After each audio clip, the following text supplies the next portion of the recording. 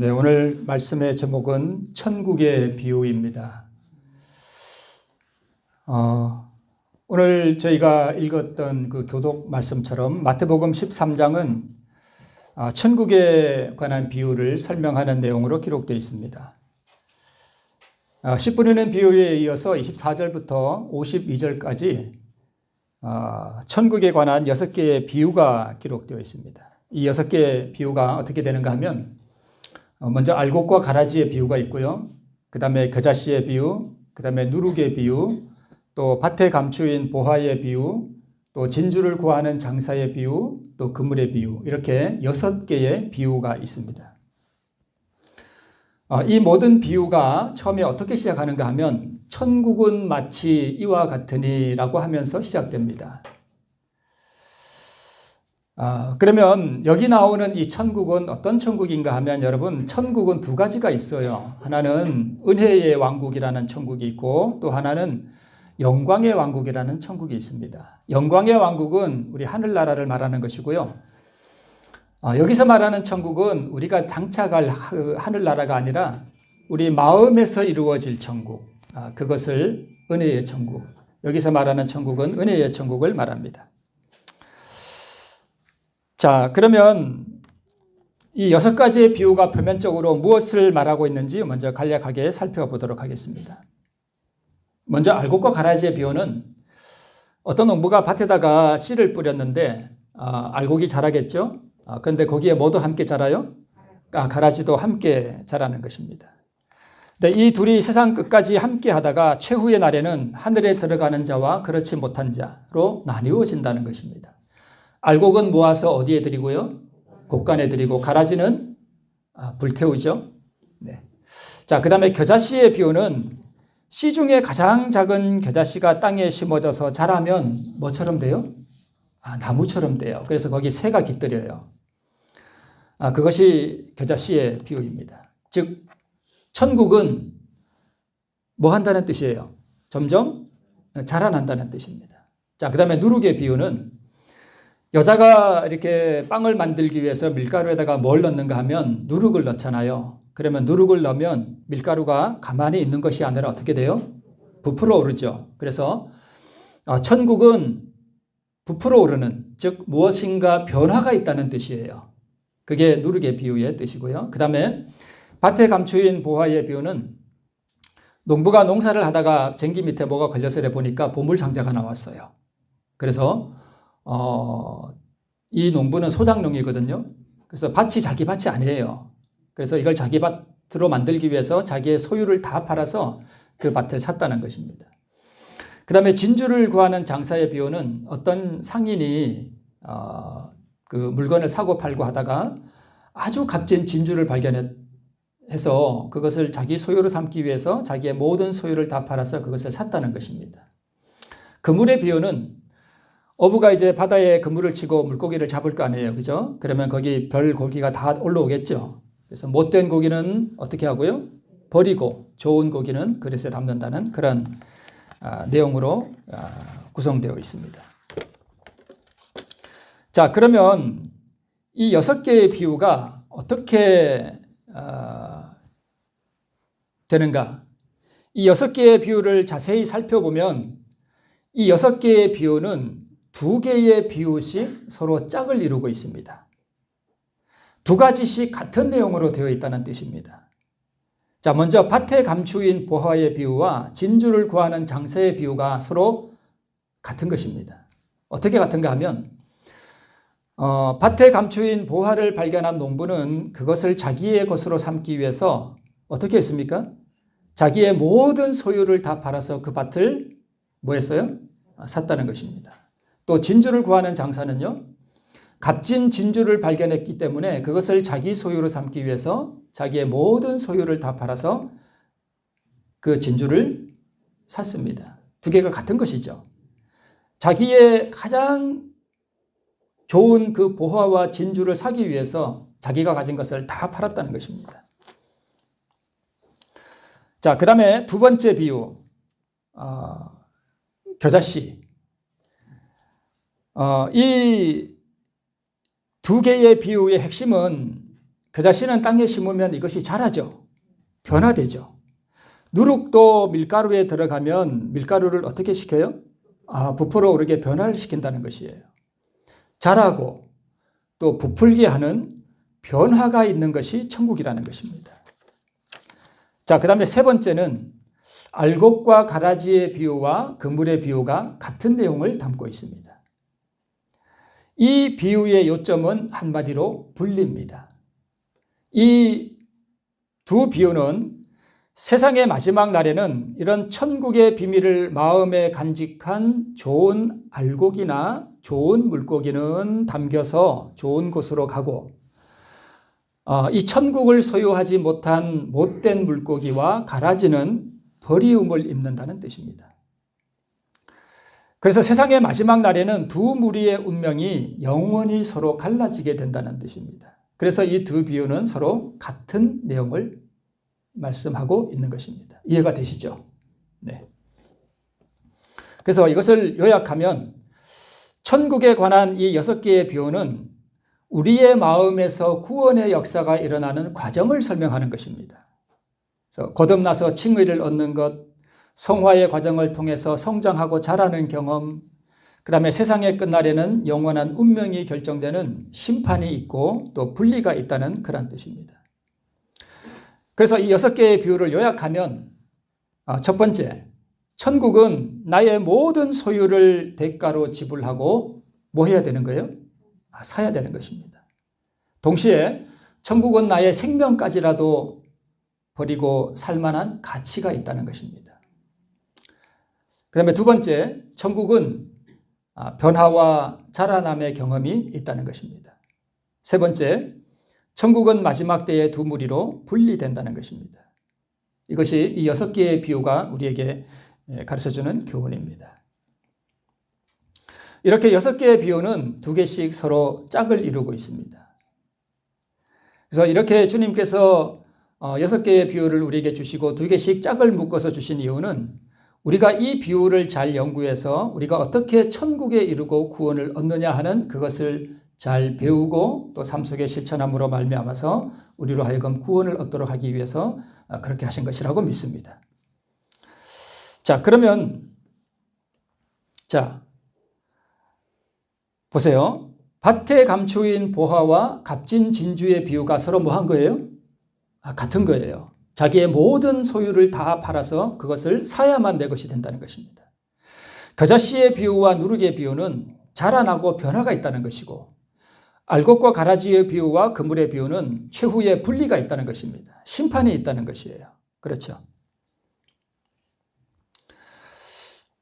그래서 우리 마음에서 일어나는 구원의 경험, 사람이 처음에 거듭나고 또 성화의 과정을 통해서 성장하고 그 결과에 따라서 심판날에는 영원한 운명이 결정된다는 참 두렵고도 엄숙한 기별을 우리에게 비유를 통해서 우리 주님께서 주신 것입니다.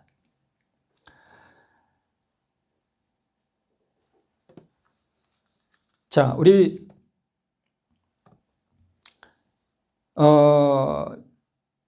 밭에 감추인 보화와 값진 진주의 비유는 우리에게 무엇을 가르쳐 주는가 하면 우리가 어떻게 최초로 구원을 얻고 거듭남에 이르는가 하는 그 방법을 설명하는 것이 밭에 감추인 보화와 값진 진주의 비유예요. 첫 번째 구원의 단계, 즉 칭의를 설명하는 것입니다. 뭐가요? 밭에 감추인 보화와 값진 진주는 우리에게 칭의를 어떻게 얻느냐 하는 것을 가르쳐 줘요. 그 다음에 겨자씨의 비유와 누룩의 비유는 이 구원을 받은 의인들이 어떻게 성장하고 자라나는가 하는 것을 설명해 주는 성화의 경험을 설명하는 것이 바로 겨자씨와 누룩의 비유예요. 그 다음에 그물과 가라지의 비유는 최후의 심판을 설명하는 것입니다. 그래서 밭에 감추인 보화와 값진 진주의 비유는 첫째 천사의 기별을 우리에게 설명하는 것입니다. 다시 말씀드리면 성소의 뜰에서 내가 어린 양과 함께 내가 죽고 내 신앙의 참된 부흥과 개혁을 경험하는 것을 이 밭에 감추인 보화와 값진 진주의 비유가 설명하는 것입니다. 이 사람들이 이제 두 번째 단계인 자라남의 단계로 들어가요. 계속적인 믿음과 순종의 생애를 통해서 이 사람들은 은혜 아래서 자라나고 하나님의 성품을 닮아가고 하나님의 뜻을 행하는 가운데서 거룩함과 순결함의 그 깊은 경험 가운데로 들어가는 것을 설명하는 것입니다. 이것이 둘째 천사의 기별이에요. 즉 성소 뜰에서 양과 함께 죽고 새롭게 변화되고 거듭난 다음에 이제 성소 안에 첫째 칸에 들어가서 그 촛대가 의미하는 빛드는 삶을 살고 그 다음에 떡상이 의미하는 대로 우리가 떡을 먹고 음식을 먹고 말씀을 먹고 또 그것을 다른 사람에게 나누는 삶을 살고 또 거기 분향단이 있잖아요. 그래서 분향단의 그 기도와 하나님의 교제를 통해서 우리 지성소에 계신 주님과 믿음으로 교제하는 생애를 살아가는 것을 의미합니다. 또 마지막 세 번째 분리의 단계. 자기의 소유를 다 팔아서 보화를 소유하지 못한 사람은 은혜 아래서의 자라남이 없이 못된 물고기가 되고 가라지가 되어서 심판의 날까지 형식적인 신앙은 유지할지 모르지만 끝날에 가서는 가라지임이 드러나고 또 버리움을 당한다는 그런 뜻입니다. 반대로 하나님의 의를 소유하고 자라나는 경험을 한 사람은 마지막 때에 하나님의 택한 자녀가 된다는 것을 우리에게 설명하고 있습니다. 자, 그러면 우리 겨자씨의 비유와 누룩의 비유를 제가 사실 어제도 잠깐 말씀을 드렸는데요. 우리가 신앙생활을 하면서 우리가 교회를 다니고 하나님을 믿노라 하지만 우리가 변화되는 경험, 참으로 남을 긍휼히 여기고 참으로 은혜 안에서 자라나는 경험이 없다고 하는 것은 우리가 그것이 무엇을 의미하는가 하면 나는 아직 보화를 내 것으로 삼은 경험도 없고 값진 진주를 내가 소유한 경험도 없다는 것을 우리에게 의미를 해요. 내가 자라나는 경험도 없고 변화도 없다. 그러면 그것을 의미한다는 것입니다.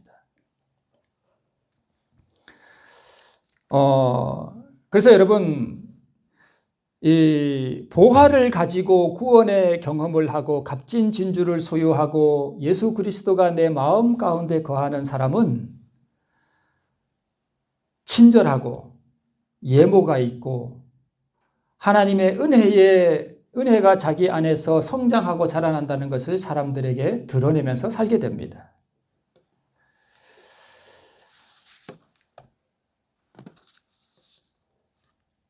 이스라엘에는요, 겨자가 저렇게 나물처럼 된 것도 있고 또 나무처럼 된 그러한 겨자도 있다 그럽니다. 우리가 겨자씨가 작다 그러잖아요. 이게 조그만 겨자씨가 자라면 저 사람보다 키가 한 두세 배는 되는 것 같죠. 저렇게 크게 자란다는 거예요. 그래서 저기 새들도 막 깃들이고 그런다는 것입니다. 엄청나게 자라나죠. 그래서 우리의 신앙도 이 믿음의 겨자씨, 은혜의 겨자씨가 우리 안에 떨어져서 그것이 자라면 우리가 저렇게 그리스도의 장성한 분량까지 자라나서 하나님의 성품을 드러내는 삶을 살아가게 된다는 것입니다. 그렇죠. 그 다음에 저 여자가 밀가루를 반죽하면서 거기에 은혜의 누룩이 들어가면 밀가루를 변화시키는 것처럼 우리의 삶도 그렇게 변화된다는 거예요. 자, 자란 후에는 나물보다 커서 저렇게 작은 게, 그죠? 그 다음에 밀가루에 들어간 누룩이 부풀게 하는 그런 역사가 일어난다는 것입니다. 그런데 우리 실물교훈 99쪽에 이런 말씀이 있어요. 다음과 같은 질문을 흔히 듣는다. 하나님의 말씀을 믿노라고 주장하는데도 그들의 말과 정신과 품행에 전혀 무엇을 볼 수 없는 사람들요? 변화. 이 변화가 아까 우리가 6개의 비유 중에 어디에 속하는 거예요? 겨자씨의 비유와 또요, 누룩의 비유. 자라나고 변화가 있다는 거잖아요. 그런데 하나님의 말씀을 믿노라 하고 교회는 다니는데 그들의 말과 그들의 정신과 그들의 품행에 뭘 볼 수 없다고요? 변화가 없대요. 그런데 그런 변화를 볼 수 없는 사람들이 조금 있대요? 많이 있대요? 많이 있대요. 그러면 그 이유가 뭐냐 하는 거예요. 나의 목적과 나의 계획에 대한 반대를 참지 못하고 우리 그런 분들께 많이 보게 되죠. 사실 교회 안에 있는 거 우리가 보잖아요. 그죠? 거룩하지 못한 품성을 나타내고 교회 안에서 또 말이 거칠고 말을 함부로 막 하고, 그죠? 그런 사람들 교회 안에 있어요. 그리고 성을 잘 내고 분개하기를 잘하고 하는 자들이 여기다 보니까 조금 있대요? 많이 있대요? 많이 있어요. 있는데 그 이유가 무엇인가? 그들의 생애에서, 세상 사람들의 생애에서 볼 수 있는 자기를 사랑하는 일과 이기심과 급한 성미와 성급한 말을 볼 수 있다고 말씀하고 있습니다. 그들은 진리를 전혀 알지 못하는 자들처럼 자만하기를 잘하고 선천적인 못된 성격을 그대로 가지고 있고 괴벽한 품성을 자주 나타내는 것을 본다. 그 이유는 그들이 뭐 하지 못했대요? 거듭나지 못했대요. 그러니까 자라남의 경험이 없다는 뜻은 무슨 뜻인가 하면 보화를 내 것으로 삼지 못했고 진주를 내 것으로 삼지 못했다는 뜻입니다. 아직 구원을 못 얻었다는 뜻이에요. 그러면 그런 사람들은 이렇게 한다는 것입니다. 그런데 이런 사람들이 교회 안에 조금 있대요? 많이 있대요? 많이 있답니다. 그래서 알곡과 가라지의 비유는 교회와 세상을 말하기도 하지만 교회 안에 알곡과 뭐가 있다는 거예요? 가라지가 함께 있다는 것입니다. 자, 그들은 진리의 누룩을 마음속에 간직하고 있지 않다. 변화가 안 되는 이유는 그 마음속에 뭐가 작용을 못해서 그래요? 하나님의 변화시키는 그 은혜의 누룩이 마음에 들어오지 않아서 그래요. 그들은 선천적 혹은 후천적인 나쁜 성벽이 누룩에 무슨 시키는 능력이요? 변화시키는 능력에 뭐 되지 않았대요? 굴복되지 않았대요. 그러니까 마음을 이렇게 하나님 말씀 앞에 꺾어야 되는데 그걸 못 꺾었다는 것입니다. 그들의 생애는 그리스도의 은혜의 결핍, 즉 품성을 변화시키는 그분의 능력에 대한 불신을 나타낸다, 이렇게 되어 있습니다. 자, 그래서 내가 자라나는 경험도 없고 내가 말도 함부로 툭툭하고 말을 가려서 하지 아니하고 성질을 잘 내고 조급해하고 또 자기의 어떤 계획을 반대하면 그걸 참지 못하고 분개를 잘하고 하는 사람들은 아직 구원의 경험이 없어서 그렇다는 것입니다. 거듭나지 못해서 그렇다는 것입니다. 가라지라는 뜻입니다. 그러면 은혜의 왕국이 임하는 방법과 어떻게 은혜의 왕국이 내 안에 임할 수 있느냐 하는 것과 거듭나는 방법을 설명하는 것이 뭐예요? 그것이 밭에 감추인 보화의 비유와 값진 진주의 비유라는 것입니다. 그죠? 그러면 오늘 밭에 감추인 이 보화의 비유를 중심으로 남은 시간을 제가 좀 말씀을 드리도록 하겠습니다. 자, 여러분, 우리가 참 유념해 보아야 합니다. 자라남이 없다는 뜻은 내 안에 성장시키시고 열매 맺게 하는 하나님의 은혜의 능력이 아직 없다는 뜻이에요. 그렇죠? 좀 참으로 심각한 얘기입니다. 자, 그러면 밭에 감추인 보화의 비유와 값진 진주의 비유가 어떻게 우리가 거듭나는가, 우리가 어떻게 의를 소유하느냐 하는, 또 우리가 어떻게 천국을 내 안에 소유하느냐 하는 그 방법을 설명하는 것이라면, 여러분, 밭을 사는 경험의 단계들이 있어요. 자, 밭을 사야만 내 것이 되는 거죠. 그렇죠. 밭을 사야만 돼요. 뭘 주고요? 내 모든 소유를 다 주고 그것을 사야만 내 것이 됩니다. 발견했다고 해서 내 것이 되나요? 아니에요. 그거 아닙니다. 그러면 밭을 사기 전에 먼저 뭘 발견해야 돼요? 보화를 발견해야 돼요. 그리고 보화를 발견하려면 뭘 갈아야 돼요? 밭을 갈아야 돼요.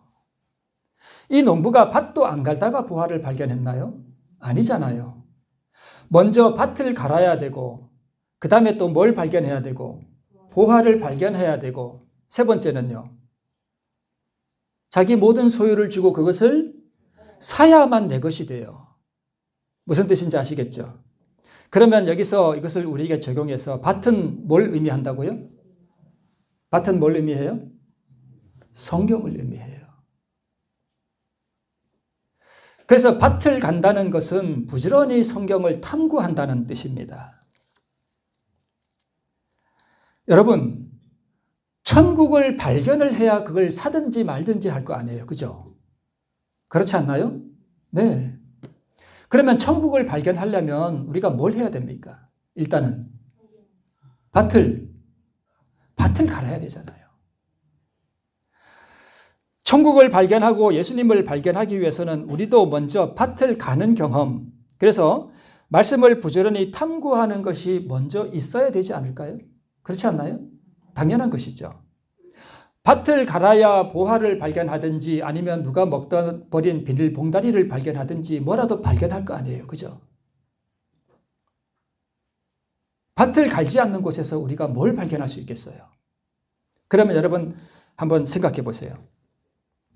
하나님은요, 우리에게 참 그분의 아름다운 선물과 모든 보화를 다 무엇을 통해서 주시는가 하면 말씀을 통해서 주셔요. 여러분 이거 잘 기억하셔야 됩니다. 뭘 통해서 주신다고요? 말씀을 통해서 주셔요. 그래서 베드로전서에 보면은 너희가 거듭난 것이 썩어질 씨로 된 것이 아니요 썩지 아니할 씨로 된 것이니 곧 하나님의 항상 있고 살아있는 뭘로 되었느니라? 말씀으로 되었느니라. 거듭나는 것도 말씀으로 되고요.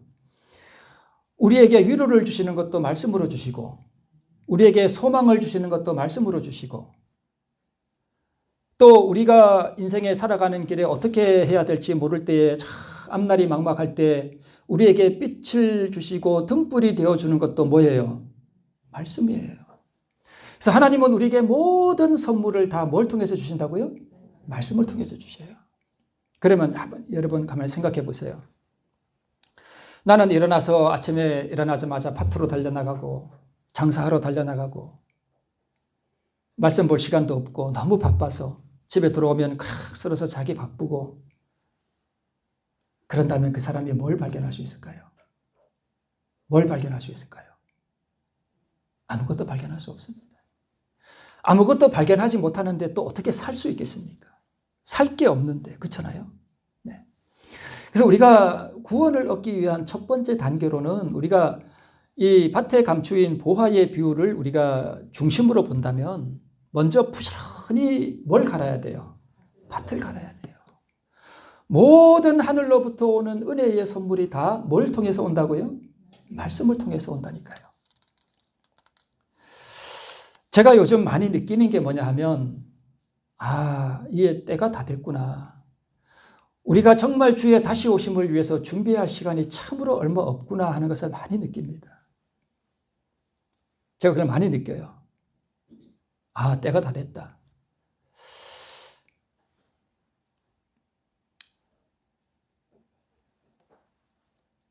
그래서 영원을 위해서 우리가 성품을 준비하는 일에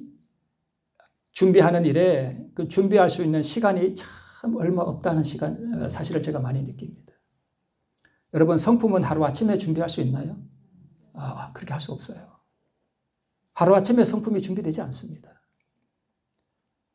한평생이 걸려요.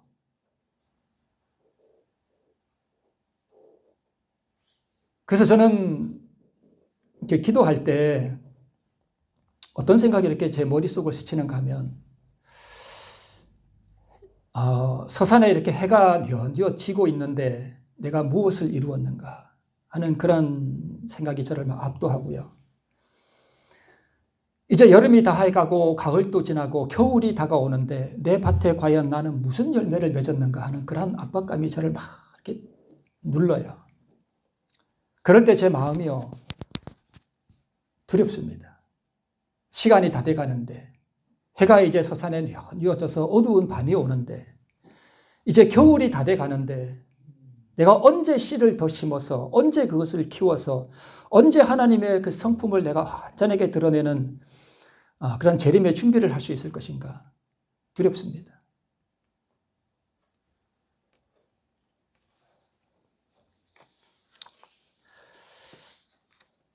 그래서 여러분 혹시 내가 밭으로 달려나가고 내가 사업을 하고 무엇을 하느라고 정신없이 살아가느라고 이 밭을 진짜 밭 영생의 보화가 묻혀있는 이 밭을 가는데 내가 시간을 낼 수 없다면 여러분 좀 죄송한 말씀이지만 일을 줄이셔야 됩니다. 먹고 사는 것 여러분 하나님께서요 우리가 먼저 그의 나라와 그의 의를 구하면 먹고 사는 것 하나님께서 책임져 주십니다. 내가 빚이 많고 내 자녀를 양육시키기 위해서 그렇게 돈이 많이 들지 않으면, 내가 먹고 사는데 별 어려움이 없으면 여러분 일을 좀 많이 줄이셔요. 그리고 그 남는 시간을 이 영원한 보화를 파는, 이 밭을 파는 일에 우리가 투자해야 하지 않겠습니까? 시간이 다 돼가는데. 지난주에 제가 이 코로나 사태와 이 시대의 징조가 어떻게 성취되어 가고 있는지를 제가 말씀을 드렸잖아요. 여러분, 천국은 무한한 가치가 있습니다. 이 보화를 얻어야지 먹고 썩어질 그 육신의 밭을 파는 일에 우리가 그렇게 많은 시간을 투자해서 이 밭을 팔 시간이 없다면 우리가 어떻게 영생을 얻을 수 있겠습니까? 자, 그러면 여러분, 보화를 발견했다는 것은 무슨 뜻일까요? 보화를 발견했다는 뜻은 이 말씀의 밭을 이렇게 갈다가 하나님이 나 같은 인생을 어떻게 사랑하셨는지 그분의 사랑을 경험하는 거예요. 하나님이 나 같은 죄인에게 어떻게 은혜를 베푸셨는지를 깊이 경험하는 것입니다. 그게 보화를 발견하는 거예요. 예수님이 나에게 어떻게 만국의 보배가 되시는지, 그 예수라고 하는 이름이 나에게 어떻게 귀한 이름이 되는지를 실질적으로 경험한다는 뜻이에요. 맹숭맹숭한 게 아니에요. 실제로 경험하는 거예요. 그것을 느껴보는 거예요. 맛을 보는 거예요. 하나님의 그 하늘로부터 오는 그분의 얼굴에서 비춰오는 그분의 선하심과 그 거룩하심을 내가 맛보아 아는 것이에요. 그게 보화를 발견한다는 뜻입니다. 여러분, 내가 농부가 됐다고 합시다. 제가 농부예요. 어느 날 밭을 가는데 뭐가 덜커덕하고 걸려. 그래서 이건 뭐지? 하고 이렇게 파봤어. 근데 이렇게 한 보물 상자 같은 게 나왔어. 그래서 열어봤더니 어머나 세상에. 금과 은과 보화와 다이아몬드와 사파이어와 진주와 루비와 이런 것들이 가득 들어있어. 이거 팔면 한 수백억, 수천억 될 것 같아. 그러면 여러분 기분이 어떨까요? 심장이 막 벌렁거리고 호흡이 가빠지고 뒤로 까무러칠 거 아니에요? 그렇지요. 네, 그렇지요. 네, 그렇게 됩니다. 그러면 여러분, 우리는 영생에 관한 구원의 그 보화를 발견하고 만국의 보배가 되시는 그 예수님을 내가 실제로 만나보고 경험한다면 우리는 어떨까요? 맹숭맹숭할까요? 얼마나 기쁘겠어요.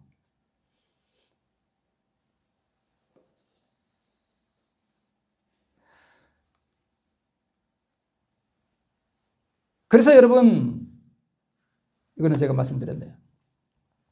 이거 해야 되는데 제가 안 놀리고 했습니다. 개인적으로 그리스도를 만나고 은혜의 선물을 발견하고 사랑의 빛을 경험하게 되고, 그러면 마음의 깊은 감동과 기쁨과 영혼을 전율시키는 떨림이 우리에게 경험되지 않겠어요? 이게 보화를 발견하는 거예요. 자, 밭을 갈다가 보화를 발견하는 이 농부가 어떻게 했다고요? 기뻐했습니다. 기뻐했어요. 이게 보통 기쁨이겠어요? 그렇지 않겠습니까? 그러면 이것을 발견했다고 해서 그것이 내 것입니까?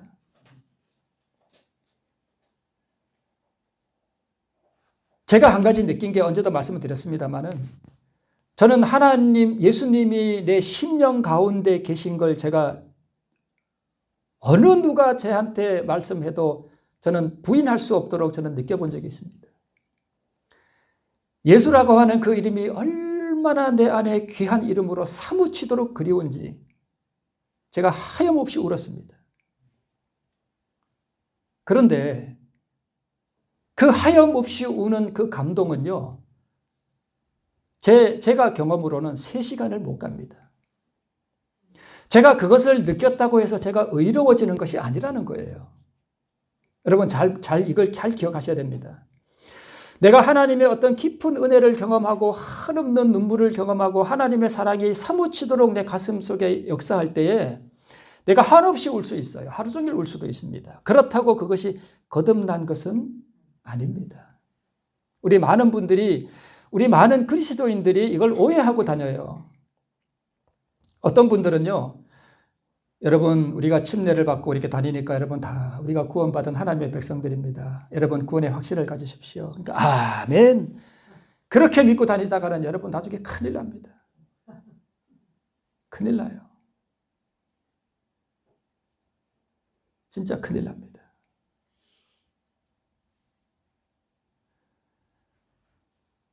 또 어떤 분들은 이런 뜨거움을 이렇게 경험하고 한번 이렇게 눈물 쏟고 눈물 주르르 흘리고 깊은 감동이 내 영혼을 전율하게 하면 아, 내가 거듭났나 보다. 아닙니다. 농부가 보화를 발견하고 난 다음에 그가 엄청나게 기뻤습니다. 전율했습니다. 그렇죠? 근데 그게 자기 거였나요? 아닙니다. 뭘 해야 돼요? 사야 됩니다. 이게 뭐예요? 부동산 매매 계약서입니다. 이 농부는 즉시 돌아가서 자기의 모든 소유를 다 가지고 와서 그것을 팔아가지고 그 돈을 가지고 땅 주인에게 가서 제가 사겠습니다. 달라는 대로 주겠습니다. 그래서 뭘 썼어요? 매매 계약서를 썼습니다. 그리고 등기를 하고, 그죠? 그런 다음에야 내 것이 됐습니다. 사야 된다는 거예요. 그럼 도대체 사는 게 뭔가? 사기 전에 내 소유가 뭡니까, 그럼? 뭐가 내 소유예요? 이 소유를 다 팔아야 내 것이 되는데, 내가 아무리 눈물을 흘리고 감동을 받고 사랑을 경험했을지라도 내가 내 소유를 다 팔아서 이것을 사야 내 것이 된다는 거예요. 무슨 뜻인지 아시겠습니까? 여러분, 이 복음을 잘못 오해해서 어둠 가운데 있는 분들이 참 많아요. 그냥 맹숭하고 이렇게 내가 침례받고 교회 다니니 다 구원받았다 그러니까 내가 어떻게 뭐 이렇게 살다 보면 나중에 예수님 재림하실 때 내가 구원받겠지. 아닙니다. 여러분 그렇게 생각하고 다니시면 큰일 나요. 나중에 진짜 후회합니다. 내 소유가 무엇입니까? 집, 돈, 땅? 그게 내 소유입니까?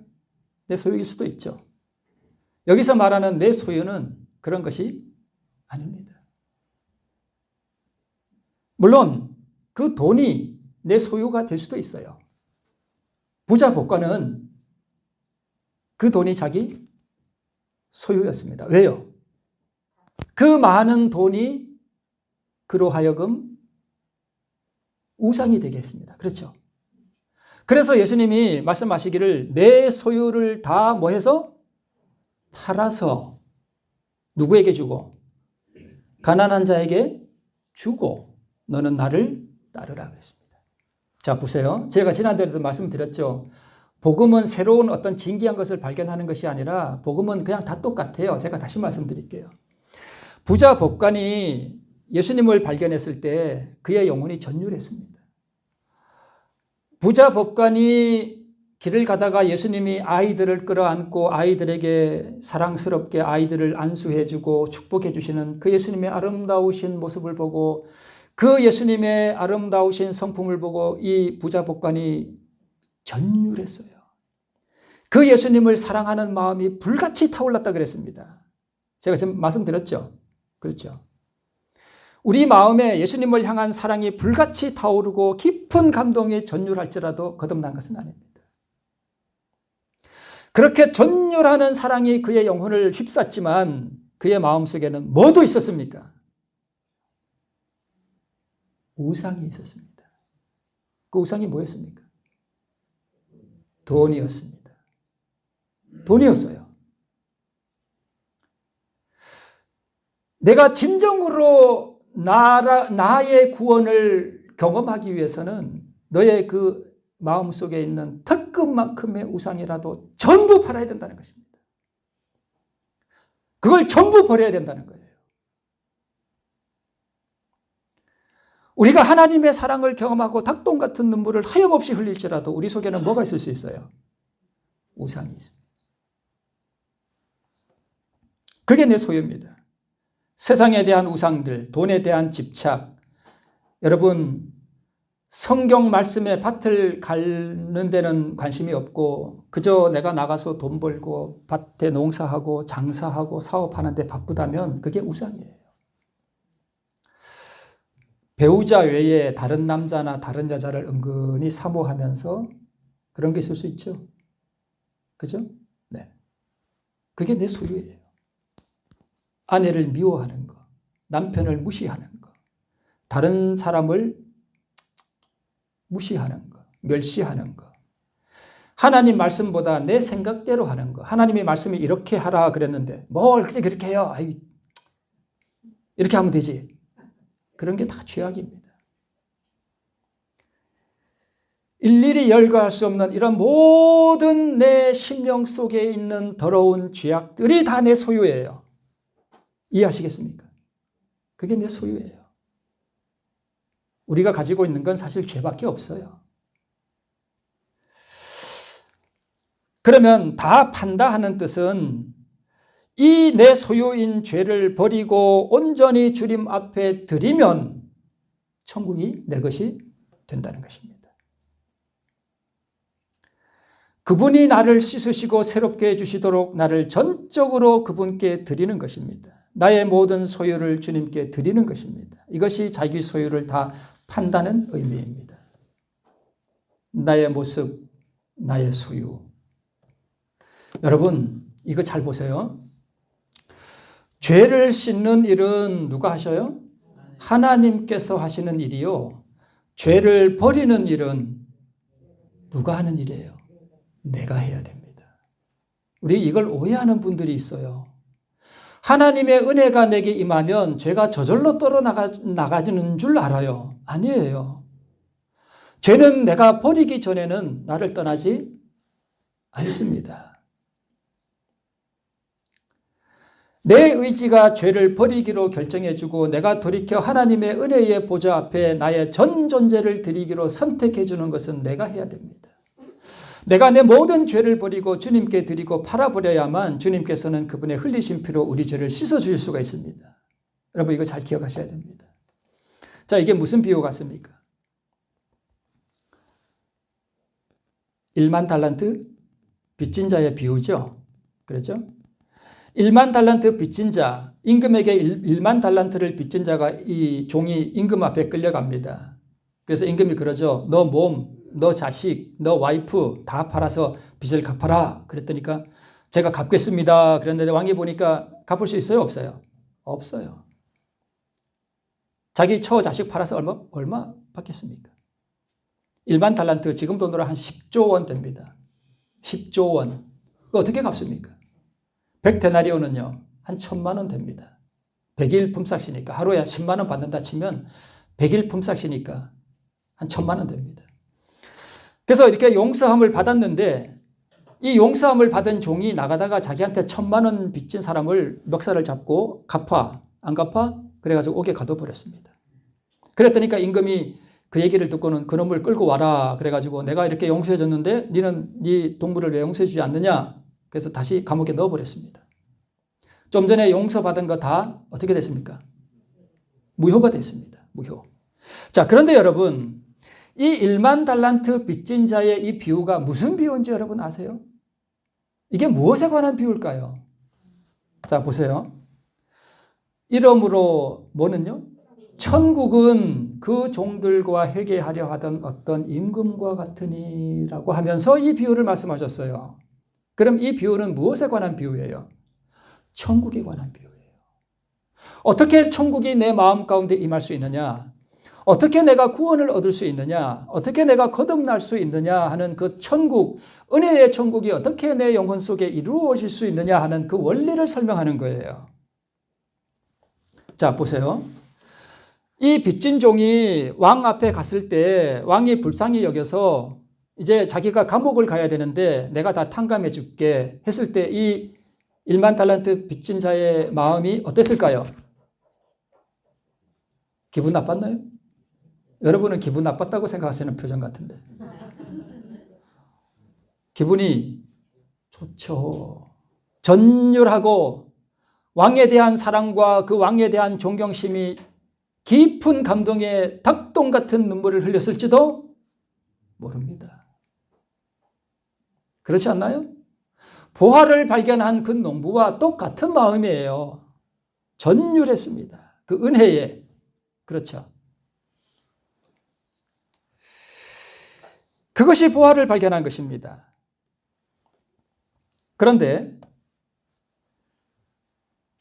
1만 달란트 탕감받은 것은 뭘 발견한 거예요? 그게 보화를 발견한 거예요. 용서받은 그거 얼마나 기뻐요. 그게 보화를 발견한 것입니다. 자, 그런데 이 1만 달란트 빚진 자는 자기가 자기 빚을 다 갚을 수 있는 소유는 없었잖아요.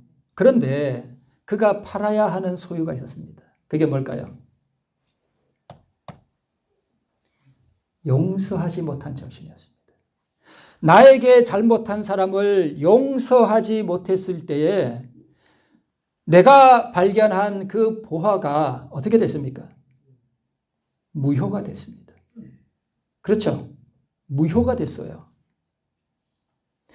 부자 법관은 그 예수님을 발견하고 예수님의 아름다우심과 그분의 선하심과 그분의 그 온유하심과 아이들을 사랑하시는 그분의 성품을 발견하고 예수를 향한 그 사랑이 전율하도록 불타도록 예수님을 사랑하는 마음이 그의 영혼에 충만했습니다.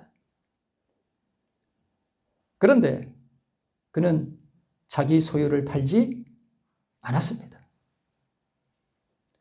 1만 달란트 빚진 자도 복음을 발견하고 보화를 발견했는데 자기 속에 있는 소유, 남을 용서하지 못하는 정신, 나에게 잘못한 사람을 진실로 용서할 수 있는 그 은혜의 결핍 때문에 그는 자기 소유를 다 팔지 않았습니다.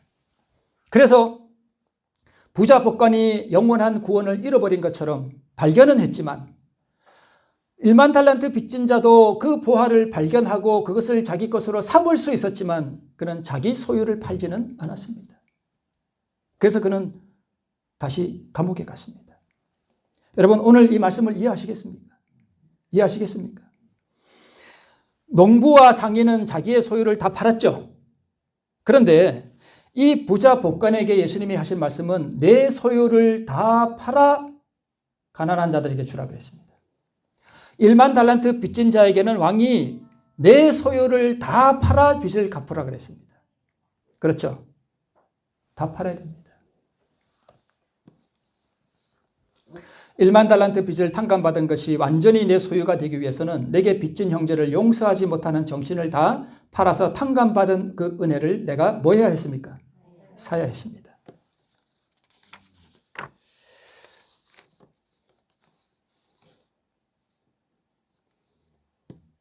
그래서 부자 법관과 1만 달란트 빚진 자의 공통점은 뒤에 나옵니다마는 자기 소유를 다 팔지 않으므로 보화를 놓쳐버린 것입니다. 그러면 여러분, 이제 우리가 어떻게 될까요? 시간이 조금 지난 이제 12시인데, 자, 이런 부분이 있습니다. 제가 그 나만 장군 많이 말씀드렸죠.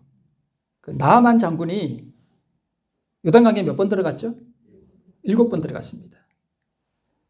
7번 들어갔을 때에 병이 나왔죠. 한 번, 두 번, 세 번, 네 번 병이 안 나왔죠. 그대로 있었죠. 완전하게 굴복했을 때에 구원이 이르러 왔습니다. 동일하게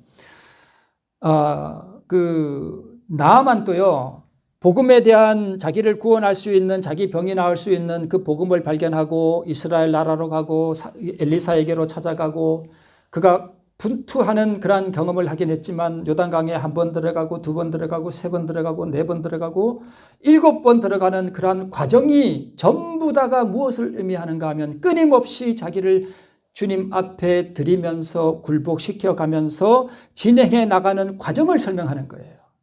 그러면 우리가 어떻게 해야 되는가 하면 첫 번째, 부지런히 밭을 갈아야 되고요. 두 번째, 보화를 발견해야 되는데 보화를 발견하지 못했다 할지라도 막연하게 생각하고 있는 그 구원과 은혜를 우리가 보화라고 생각하더라도 무엇을 해야 되는가 하면 끊임없이 내 속에 있는 죄악들을 전부 주님 앞에 드리고 굴복하면서 가다가 보면 하나님께서 때로는 우리에게 깊은 눈물을 주실 수도 있고요. 깊은 은혜의 경험을 우리에게 주실 수도 있고 영혼을 전율케 하는 하나님의 은혜가 내가 밭을 가는 성경을 연구하는 그 과정 속에서 우리에게 이르러 올 수도 있습니다.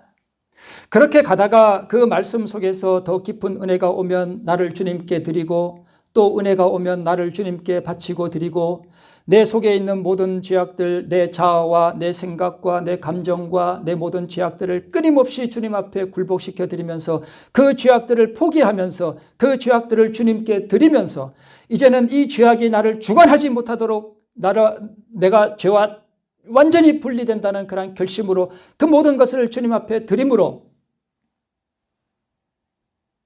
전진해 나가라는 것입니다. 가만히 앉아있지 말라는 것입니다. 어떤 분들은 이런 분들이 있어요. 나는 언제나 내 안에 뜨거운 경험이 이르러오지. 나는 언제나 깊은 은혜를 경험해 볼까. 그런 거 기다리시고 있으시면 안 됩니다. 일단은요, 기도하면서 뭘 갈아야 돼요? 밭을 갈아야 돼요. 밭을 부지런히 갈다 보면 뭘 발견해요? 보화를 발견하는 거예요. 그 보화를 발견하면 내 모든 소유를 다 뭐 하면 돼요? 팔면 돼요. 용서하지 못하는 정신이 있습니까? 나한테 잘못한 사람 이래가지고 그 인간 얼굴 볼 때마다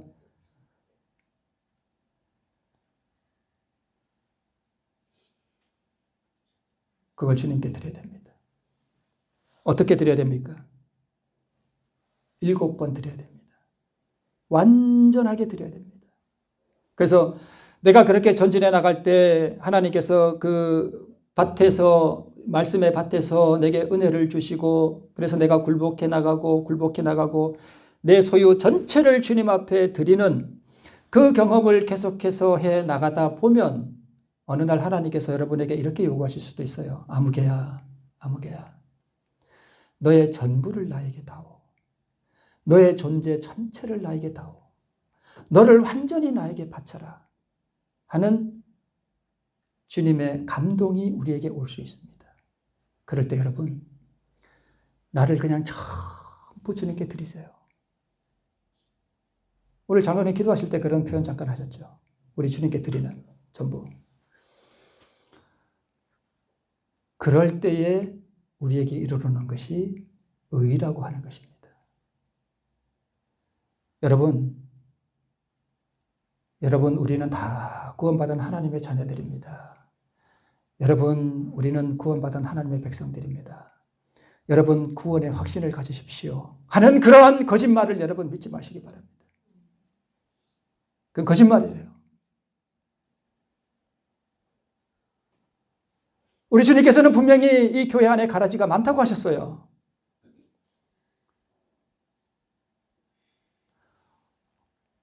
오늘 우리는 비통한 심령과 가난한 심령으로 하나님의 은총과 구원을 갈급해하는 심령으로 나의 모든 죄가 주님 앞에 드려지고 거룩하고 순결한 하나님의 모습을 내가 형성하기 위해서 그러한 마음으로 성경 앞으로 가야 합니다.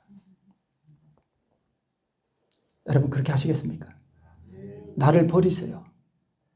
내가 멸시받는 거, 내가 존경받지 못하는 거, 사람들이 나를 무시하는 거, 그런 거 다 그냥 버리세요. 내 자존심 상하는 거, 그런 거 다 포기하셔야 돼요. 누가 나를 멸시하는 눈으로 이렇게 막 쳐다볼 때 참 가슴이 미어지죠. 가슴이 미어져요. 그거 다 버리셔야 돼요. 버리세요, 여러분. 그거 다 버리세요. 그게 내 소유예요. 사람들이 나를 싫어하고 미워하고 나를 대적하면 속에서 올라오는 그게 다 내 소유예요. 그것이 온전히 주님 앞에 굴복되도록 끊임없이 주님께 드리는 것입니다. 이건 내가 다 말씀을 드렸던 것입니다. 중간에 부자 복과는 보화를 발견했으나 어떻게 했습니까? 실패했습니다.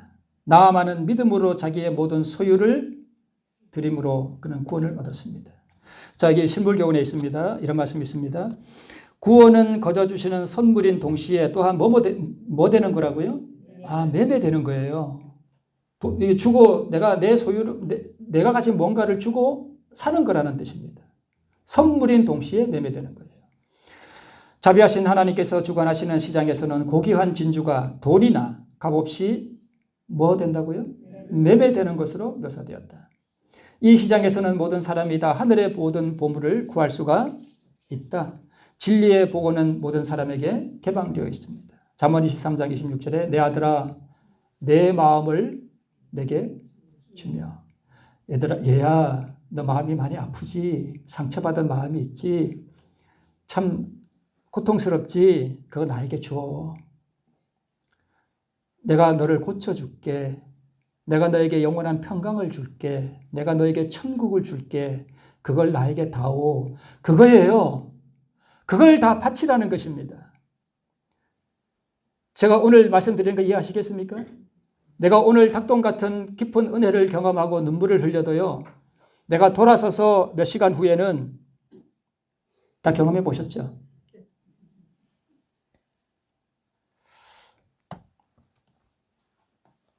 자, 오늘의 결론입니다.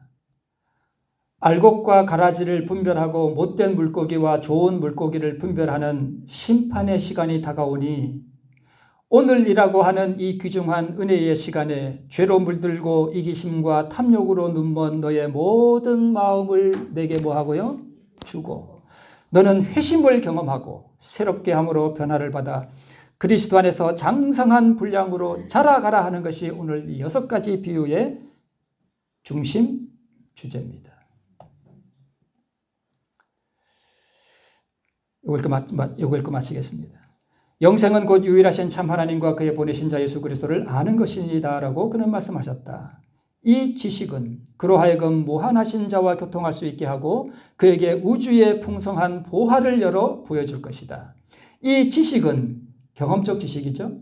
이 지식은 하나님의 말씀을 상고함으로 얻을 수 있다. 이 보화를 얻기 위해 모든 것을 뭐하는 자는, 드리는 자는 누구나 얻을 수 있는 것입니다. 오늘 이 은혜가 충만한 주천께 모든 성도님들 되시기를 바라면서 말씀을 마칩니다.